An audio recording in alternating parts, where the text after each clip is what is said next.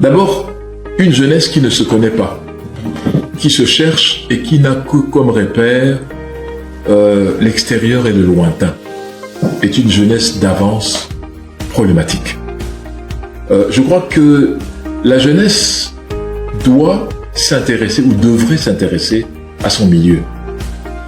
La jeunesse est un moment très difficile, contrairement à ce qu'on dit, parce qu'il y a toujours une description idyllique de la jeunesse. C'est le meilleur moment, c'est le plus beau. Ce n'est pas faux totalement, mais c'est aussi le moment de la tourmente. C'est le moment où vous changez de personnalité, vous changez même d'apparence physique. C'est le moment où finalement vous vous transformez le plus. Donc ça veut dire avec toutes les hésitations, avec toutes les interrogations, avec toutes les appréhensions. C'est ça la jeunesse également. Et donc il faut savoir répondre à ce temps de la mutation, à ce temps du changement. Comment est-ce qu'on adresse des gens qui, 6 mois plus tard, ne sont plus ceux que vous avez rencontrés 6 mois plus tôt? Parce que ce sont les réalités de la jeunesse. Et cette jeunesse doit être remise en confiance.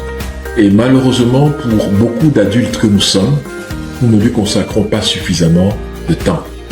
Il faut que les parents, les éducateurs sachent que la personnalité de quelqu'un se fait entre 0 et 10 ans. Après 10 ans, il commence presque à être un peu trop tard. Or, c'est à ce moment que nous ne sommes pas là, que sous de nombreux prétextes, nous cherchons notre pain à l'extérieur, nous cherchons un peu de moyens pour la famille. Nous ne sommes pas là. Mais les jeunes ne demandent pas trop de temps.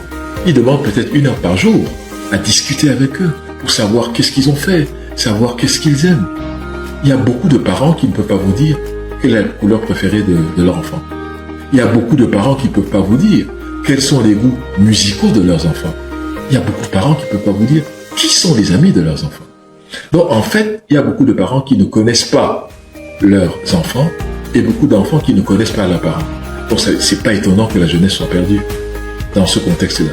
Donc je pense que de même qu'on s'appesantit sur les jeunes, il faut aussi s'appesantir sur leurs encadreurs et sur leurs géniteurs. Pour moi, c'est un tandem. Et le contexte, pour moi également, c'est un contexte africain où il est transgénérationnel. C'est-à-dire que dans les maisons africaines, vous avez en général 3 générations qui vivent sous un même toit. Ce n'est pas un hasard. Ce n'est pas un hasard et chacun doit jouer son rôle. Et si on le faisait, on aurait des jeunes plus équilibrés, des jeunes plus conscients de ce qu'on attend d'eux et des jeunes qui sont capables de répondre à ce qu'on attend d'eux pour aujourd'hui et pour demain. Donc la jeunesse pour moi c'est un moment crucial et qu'il ne faut pas rater parce que sinon après c'est trop tard.